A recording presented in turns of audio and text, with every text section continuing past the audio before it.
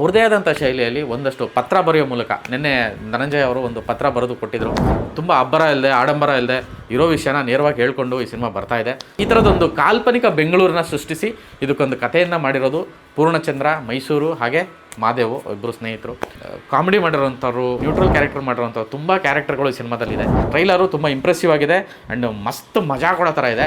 ಎಂಥ ಗಟ್ಟಿ ಗುಂಡಿಗೆ ಗಂಡಸಾದರೂ ಕೂಡ ಮದರ್ ಪ್ರಾಮಿಸ್ ಅಂತ ಆಣೆ ಮಾಡೋದಕ್ಕೆ ಹಿಂದೇಟಾಗ್ತಾರೆ. ನಮಸ್ಕಾರ. ಸೊ ಆಗಲೇ ಹೇಳ್ದಂಗೆ ಇನ್ನೊಂದು ವೀಡಿಯೋದಲ್ಲಿ ಮದರ್ ಪ್ರಾಮಿಸ್ ಬಗ್ಗೆ ಹೇಳ್ತೀನಿ ಅಂತ ಹೇಳಿದೆ. ಮದರ್ ಪ್ರಾಮಿಸು ಅದು ಮುಂದಿನ ವಾರ ಬರ್ತಿರೋಂಥ cinema, July 10ಕ್ಕೆ release ಆಗ್ತಿರೋಂಥ cinema.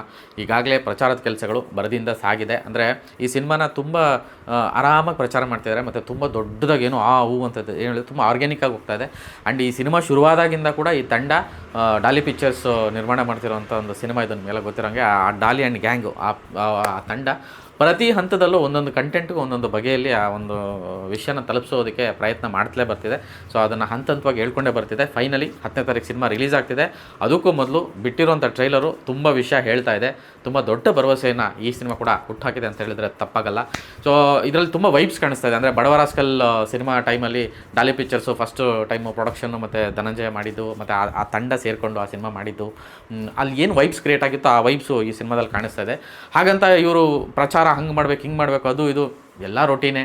So ಇದರ ಮಧ್ಯೆ ಅವ್ರದ್ದೇ ಆದಂಥ ಶೈಲಿಯಲ್ಲಿ ಒಂದಷ್ಟು ಪತ್ರ ಬರೆಯೋ ಮೂಲಕ ನಿನ್ನೆ ಧನಂಜಯ ಅವರು ಒಂದು ಪತ್ರ ಬರೆದು ಕೊಟ್ಟಿದ್ದರು. ಸೊ ಇದರಲ್ಲಿ ನಾನು ಒಬ್ಬನೇ ಸೀರಿಯಸ್ಸು, ಇನ್ನೆಲ್ಲ ಫನ್ನು ಮಜಾ ಮಾಡ್ಬೋದು, ಆ ಥರದ್ದೊಂದು ಸಿನಿಮಾ ಮಾಡಿದ್ದೀವಿ. ಸೊ ಸಿನಿಮಾ ನಿಮ್ಮ ಮುಂದೆ ತರ್ತಾ ಇದ್ದೀವಿ ಅಂತ. ತುಂಬ ಅಬ್ಬರ ಇಲ್ಲದೆ ಆಡಂಬರ ಇಲ್ಲದೆ ಇರೋ ವಿಷಯನ ನೇರವಾಗಿ ಹೇಳ್ಕೊಂಡು ಈ ಸಿನಿಮಾ ಬರ್ತಾ ಇದೆ. ಸೊ ಇದರಲ್ಲಿ ನನಗೆ ಇಷ್ಟ ಆಗಿದ್ದು, ಈ ಟ್ರೈಲರ್ ನೋಡಿದ ತಕ್ಷಣ ಒಂದು ವಿಶೇಷವಾದಂಥ ಒಂದು ಪಲ್ಸು ಶುರುವಾಗಿದೆ. ಈ ಸಿನಿಮಾ ಪಕ್ಕ ಹೊಡಿತಾರೆ, ಮದರ್ ಪ್ರಾಮಿಸ್ ಹೊಡಿತಾರೆ, ಚೆನ್ನಾಗಿ ವರ್ಕ್ ಆಗುತ್ತೆ ಅಂತ. ಅಂದರೆ ಒಬ್ಬ ಜೂಜ್ಕೋರ ಏನೋ ಒಂದು ಲಾಸ್ ಆಗಿಬಿಟ್ಟು ದಿಕ್ಕಾಪಾಲಾಗಿ ಓಡ್ತಾ ಇರ್ತಾನೆ. ಅವನ ಒಂದು ಪ್ರಾಣಾಪಾಯದಿಂದ ತಪ್ಪಿಸ್ಕೊಳ್ಳೋಂಥ ಒಂದು ಓಡಾಟದಲ್ಲಿ ಬರುವಂತಹ ಎರಡು ಡಾನ್ಗಳು ಮತ್ತು ಅದರ ಮಧ್ಯೆ ಬರುವಂಥ ಇನ್ನೊಂದಷ್ಟು, ಇದೆಲ್ಲದರ ನಡುವೆ ಆ ತಾಯಿಯನ್ನು ಎಮೋಷನ್ನು, ಆ ತಾಯಿನೇ ಬೆನ್ನಟ್ಟುವಂಥ ಒಂದು ಆನೆಸ್ಟಿ ವಿಚಾರಕ್ಕೆ ಬೆನ್ನಟ್ಟುವಂಥ ಒಂದು ವಿಷಯ. ಈ ಥರದೊಂದು ಕಾಲ್ಪನಿಕ ಬೆಂಗಳೂರನ್ನ ಸೃಷ್ಟಿಸಿ ಇದಕ್ಕೊಂದು ಕಥೆಯನ್ನು ಮಾಡಿರೋದು ಪೂರ್ಣಚಂದ್ರ, ಮೈಸೂರು ಹಾಗೆ ಮಾದೇವು, ಇಬ್ಬರು ಸ್ನೇಹಿತರು. ಸೊ ಪೂರ್ಣಚಂದ್ರ ಈ ಸಿನಿಮಾನ ಫಸ್ಟ್ ಟೈಮ್ ಡೈರೆಕ್ಟ್ ಮಾಡಿರೋದು. ಅಂದರೆ ಧನಂಜಯನೇ ಒಂದು ಸಲ ಹೇಳ್ದಂಗೆ ಇದು ತುಂಬ ಏನೋ ಸುಮ್ಮನೆ ಒಂದು ಸ್ಕ್ರಿಪ್ಟು ಬರೆದಿಟ್ಟಿದ್ರು ಟೇಬಲ್ ಮೇಲೆ, ಗಮನಿಸಿರಲಿಲ್ಲ. ಸಡನ್ನಾಗಿ ಗಮನಿಸಿದಾಗ ಇಮಿಡಿಯೇಟ್ಲಿ ಸಿನಿಮಾ ಮಾಡೋಣ ಅಂತ ಹೊರಟಿದಂಥ ಸಿನಿಮಾ ಮದರ್ ಪ್ರಾಮಿಸ್ ಅಂತ.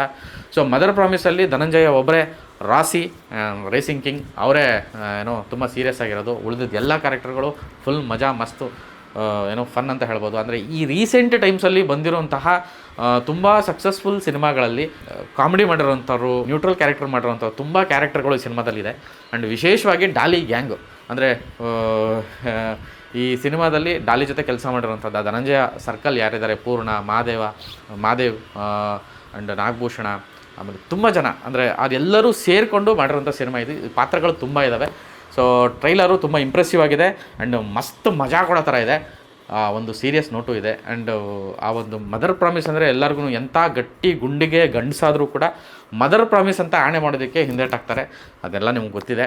ಸೊ ಆ ಥರದ ಒಂದು ಪವಿತ್ರವಾದ ಪ್ರಮಾಣವನ್ನು ಇಟ್ಕೊಂಡು ಆ ಪ್ರಮಾಣದ ಸುತ್ತ ಎಣೆದಿರುವಂತಹ ಒಂದು ಕಾಲ್ಪನಿಕ ಕಥೆ ಅಂತ ಭಾಸವಾಗ್ತಿದೆ. ಸೊ ಇಂಡಸ್ಟ್ರಿಯಲ್ಲಿ ಆಲ್ರೆಡಿ ಈ ಸಿನಿಮಾ ಬಗ್ಗೆ ತುಂಬ ಒಳ್ಳೆಯ ಅಭಿಪ್ರಾಯಗಳು ವ್ಯಕ್ತವಾಗ್ತಿದ್ದಾವೆ. ಪಕ್ಕಾ ಹೊಡಿತಾರೆ, ಈ ಸಿನಿಮಾ ಪಕ್ಕಾ ವರ್ಕ್ ಆಗುತ್ತೆ ಅಂತ ಒಂದು ಮಾತುಗಳು ಕೇಳಿಬರ್ತಿದೆ ಟೆಕ್ನಿಕಲ್ ವಲಯದಲ್ಲಿ ಅಥವಾ ಸಿನಿಮಾ ನೋಡಿರೋರು ವಿಚಾರಕ್ಕೆ. ಸೊ ನಾನು ಕೂಡ ಈ ಒಂದು ಟ್ರೈಲರ್ನ ನೋಡಿದಾಗ ನನಗೂ ಸೇಮ್ ಫೀಲಿಂಗ್ ವ್ಯಕ್ತವಾಗ್ತಿದೆ.